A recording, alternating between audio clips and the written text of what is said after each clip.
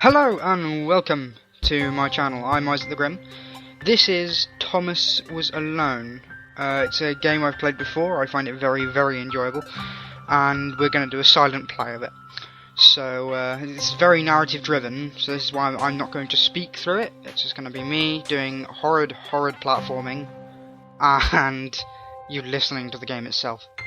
So let's get started, I suppose. And here we go.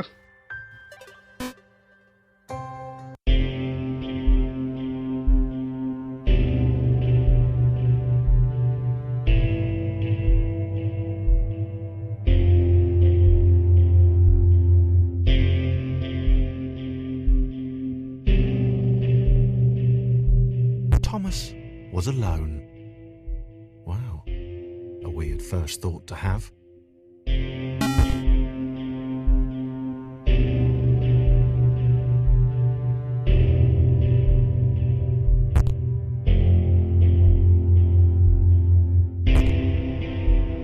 Thomas decided to start listing his observations for posterity. 1.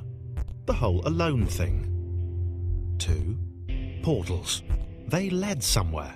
He'd yet to work out where. 3. Falling. Thomas was absolutely fantastic at falling. He was almost as good at falling as he was at observing.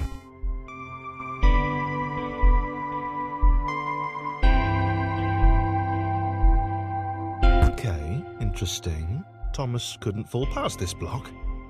Think, damn it, think! What if there was some kind of inverted fall? Some way to... what's the word? Jump. It worked! Thomas had solved the great inverted fall mystery.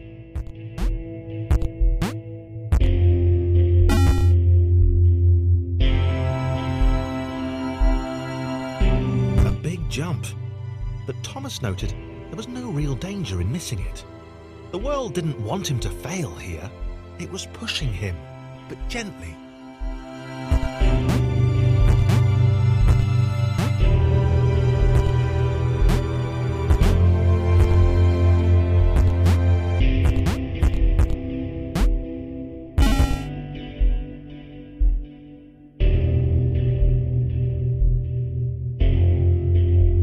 This all seemed a little dangerous. The world was not to be trusted. It was unstable, and it seemed to Thomas that it could let him down at any moment. He was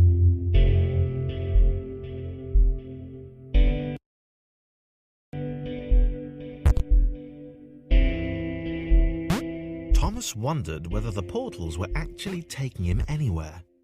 He felt like he was making progress, but there wasn't really any way to know. He seemed to be moving predominantly up and to the right, which might, or might not, be important.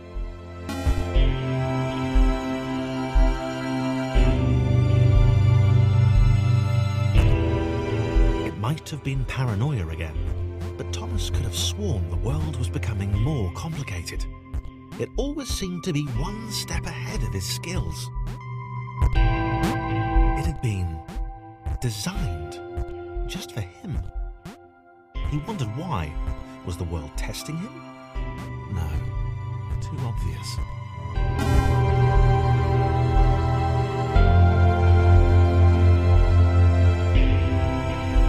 Something about the boiling, toxic, glowing water intimidated Thomas. He didn't like it. He certainly didn't want to swim in it. He made another mental note. 4. Water. Not good. To be avoided.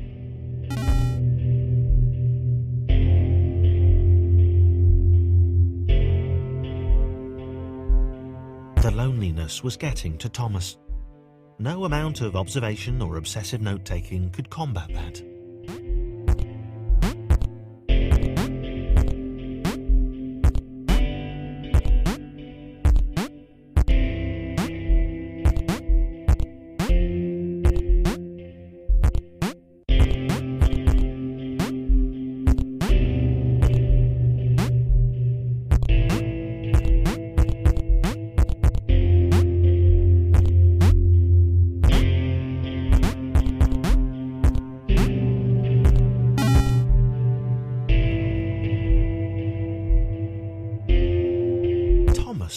new theory.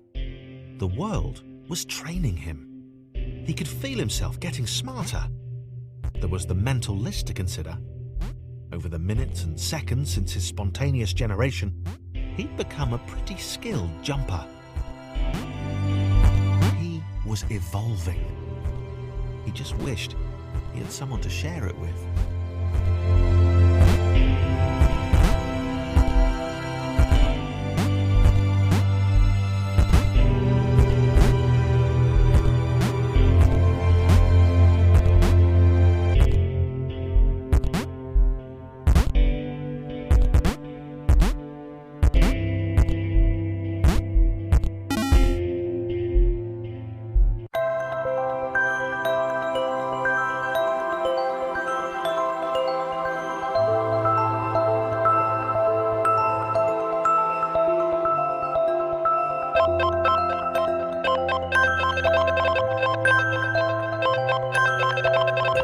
Chris took an immediate and deep dislike to the skinny red rectangle. Who the hell did this Thomas think he was?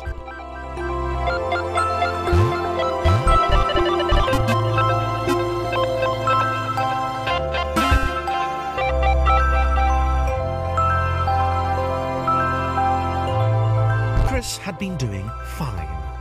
He wasn't the highest jumper, but he'd held his own. He'd even been graceful at times. Well, not technically graceful, it's probably the wrong word, but you know, fine. There was that skinny little runt leaping about like he owned the place.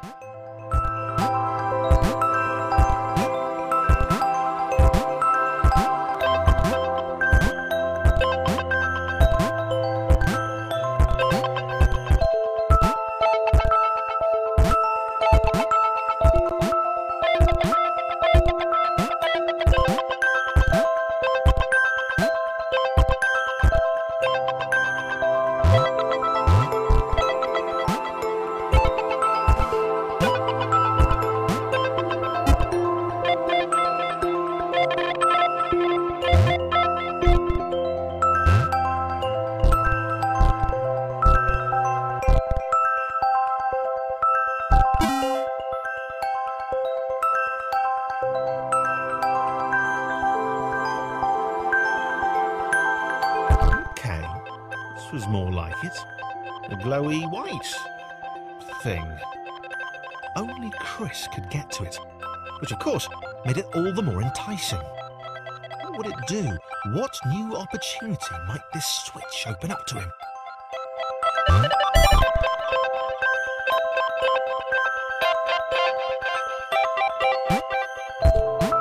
Grace. Another chance for Thomas to jump slightly higher than Chris. How fortunate.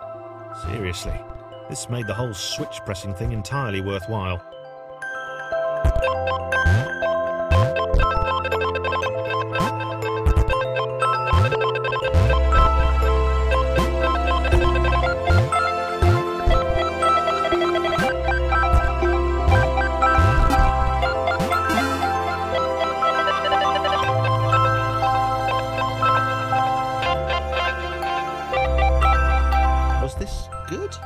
Because on the surface, it did not seem good.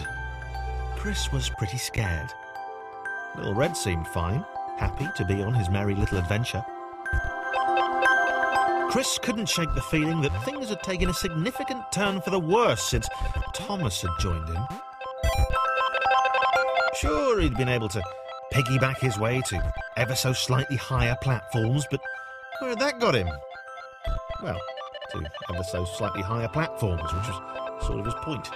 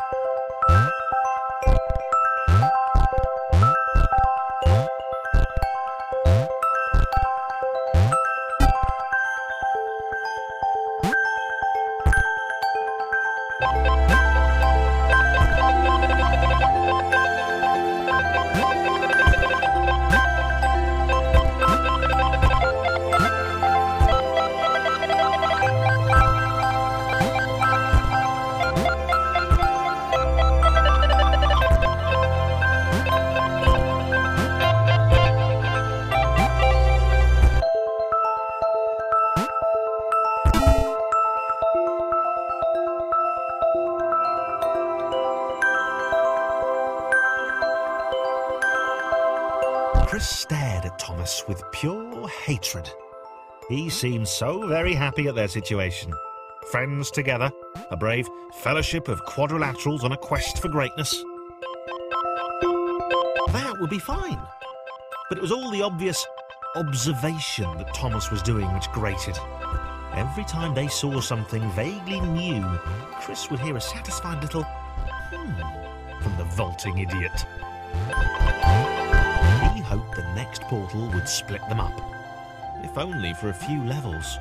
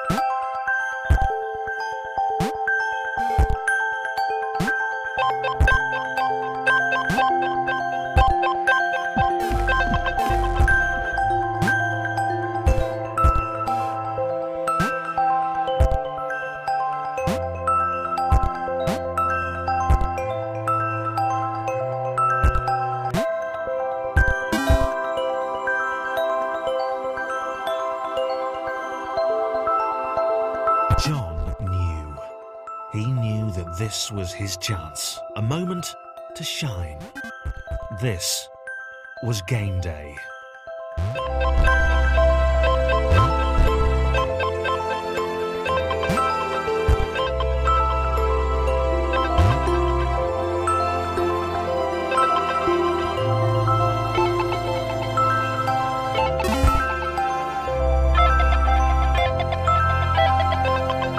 This would not do. John needed room to show off his exceptional skills.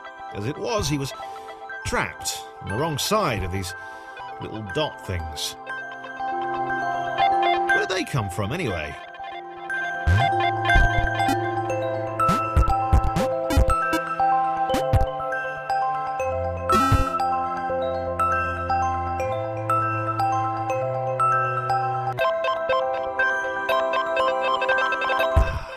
John inhaled the air of the open space, and it smelled of awesome. Time to flex those muscles, to put his training to use, time to show those little dots how it was done. John decided to press the switch, to let the little dots catch up with him. John cared for his new allies. You could tell from the sympathetic expression he'd practiced in the mirror all these years.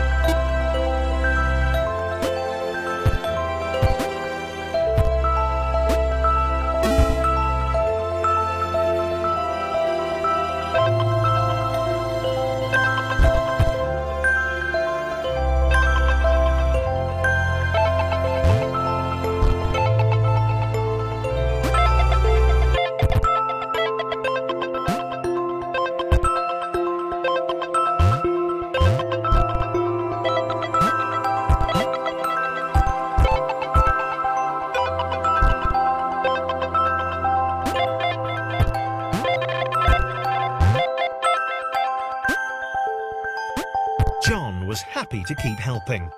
He felt it was important to his image that he was seen to help the little guys.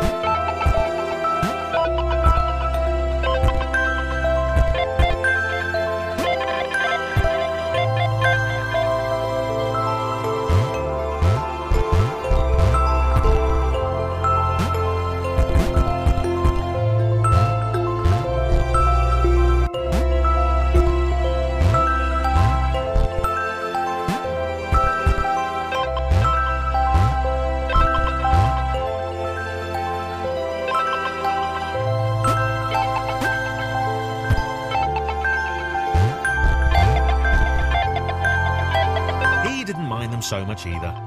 The red one, Thomas, had a charming way of applauding every time John jumped.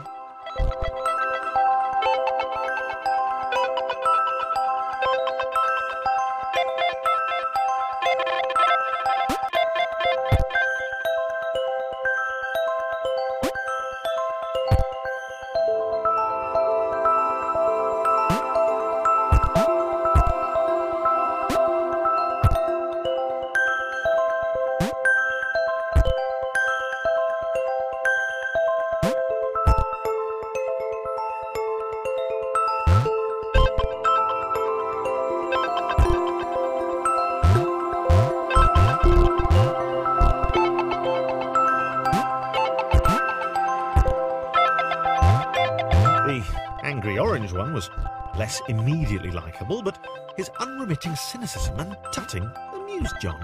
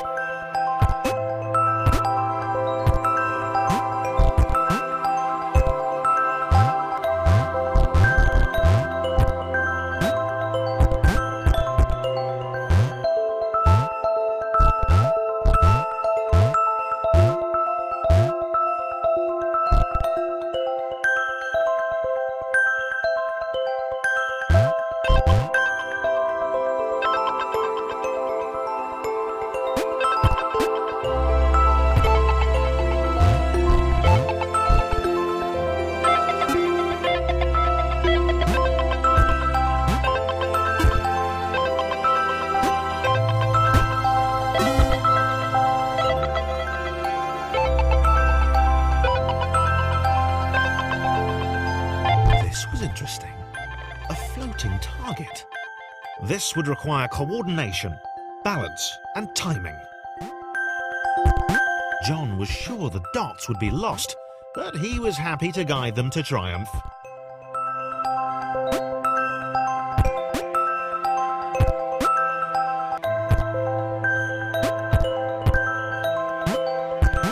Maybe that's what the dots were for. They were there to extend John's reach, to make his performance even more impressive. John liked the thought. he decided to keep them.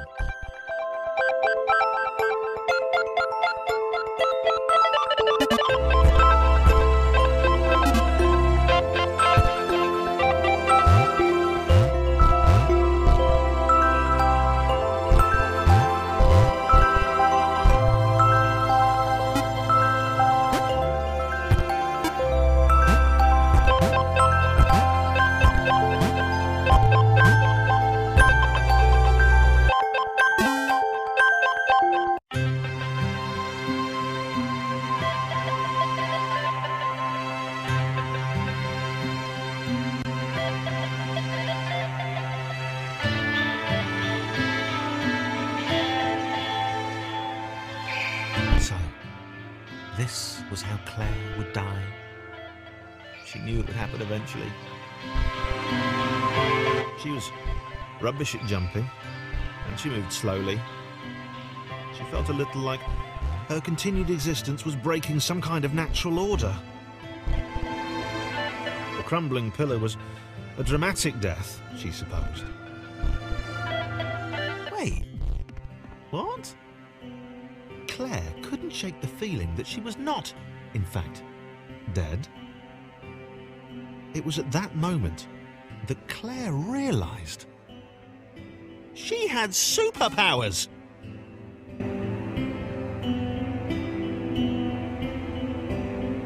She'd need a cape.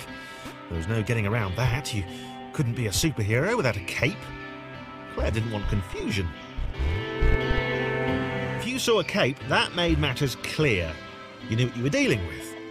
Claire was all about communication. And, you know, floating in water, which was her superpower.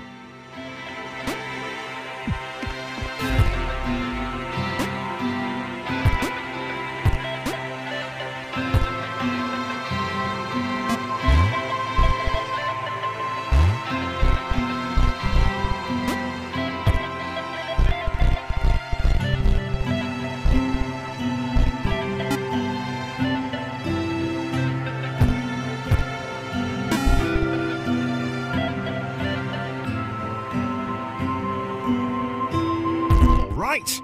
Fear not, my skinny friends, for I am Claire, and I will save you! Claire needed to come up with a superhero name as soon as possible. Claire was rubbish.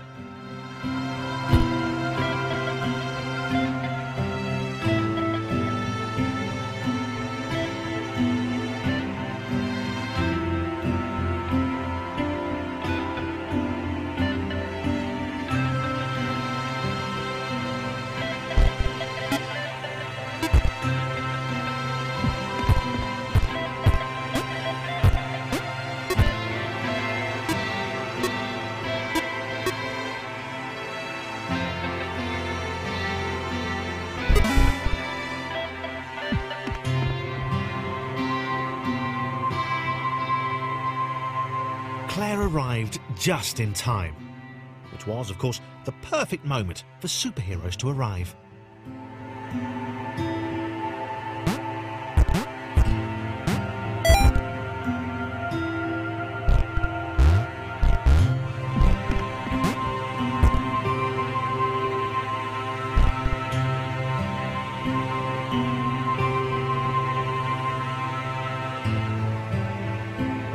As the water began to rise, Claire vowed to save this little rectangle in as many restarts as it took.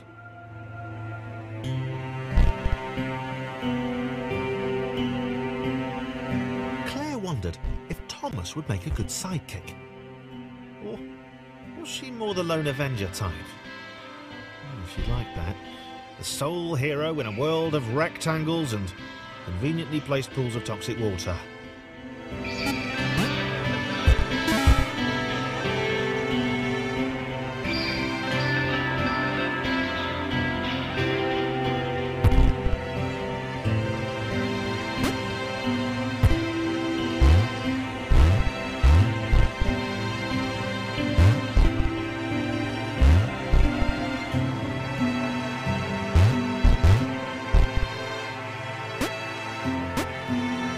neighbours told Claire that staircases were a bit of a fixture here. Claire wondered why the world made it so difficult.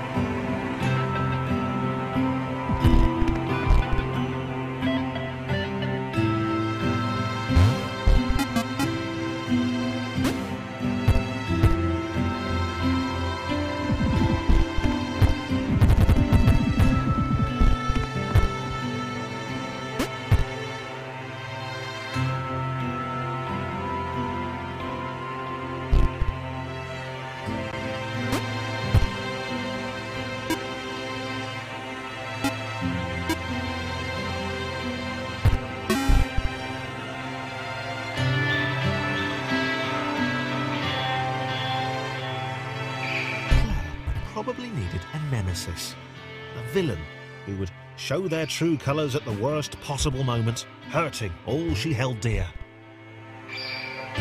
Chris was the most obvious choice. He seemed stroppy enough, and his jump was so pathetic that it conveniently avoided Claire's insecurities.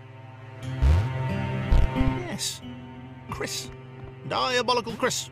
The fiendish Christopher.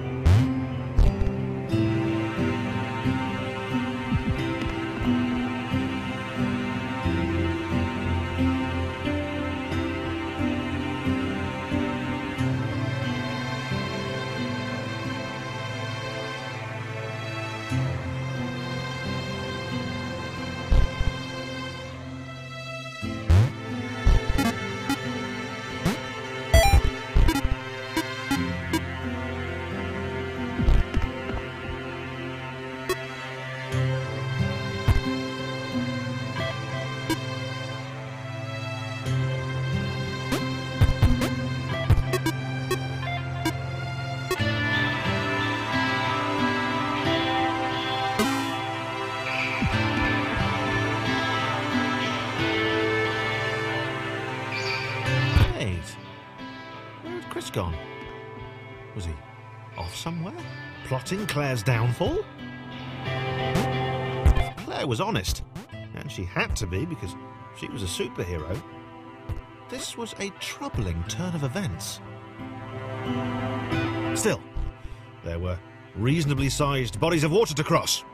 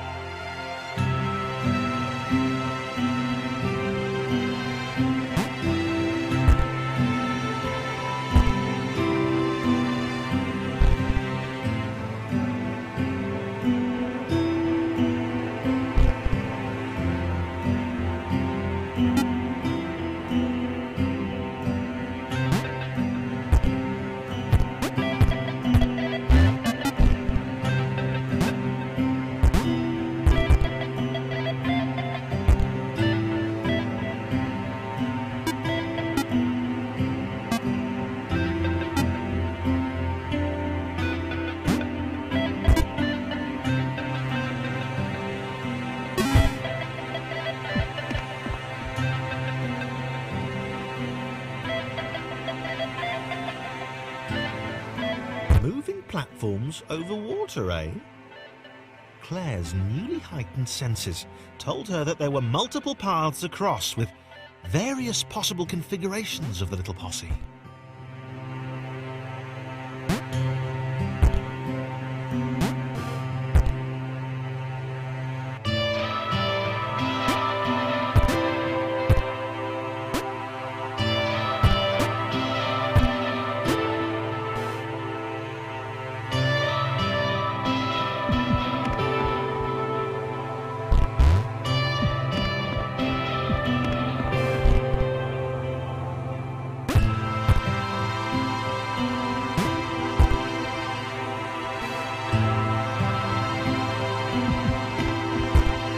They were doing really well.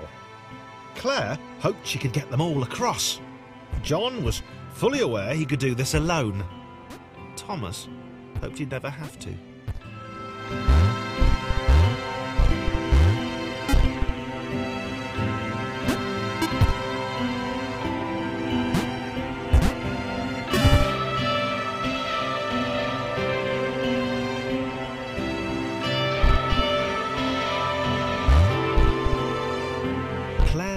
Was alone, which was odd, because she wasn't meant to be alone. She needed to be where there were rectangles to save. Being the only superhero in a given space kind of defeats the object. Spikes? That was new. Claire avoided them. She decided they were most likely her kryptonite. Not the rubbish red kryptonite either, the proper radioactive green stuff.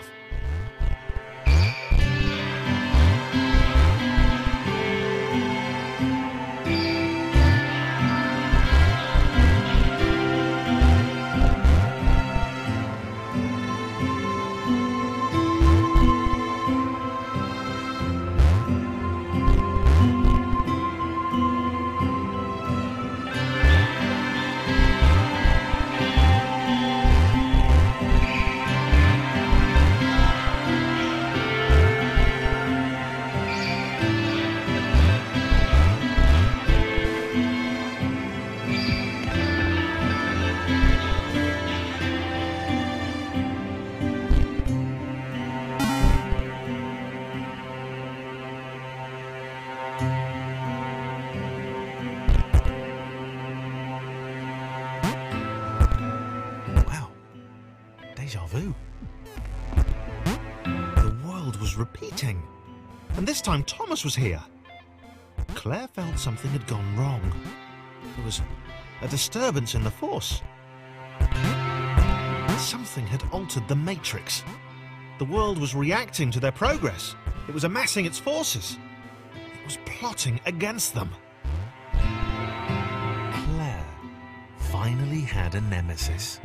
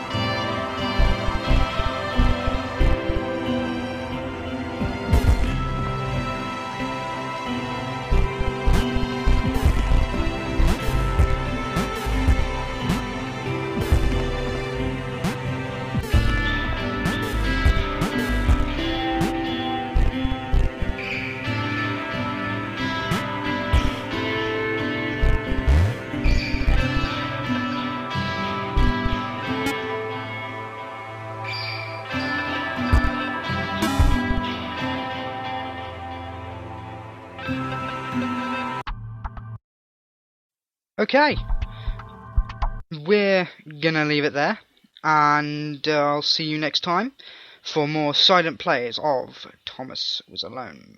Thank you for watching.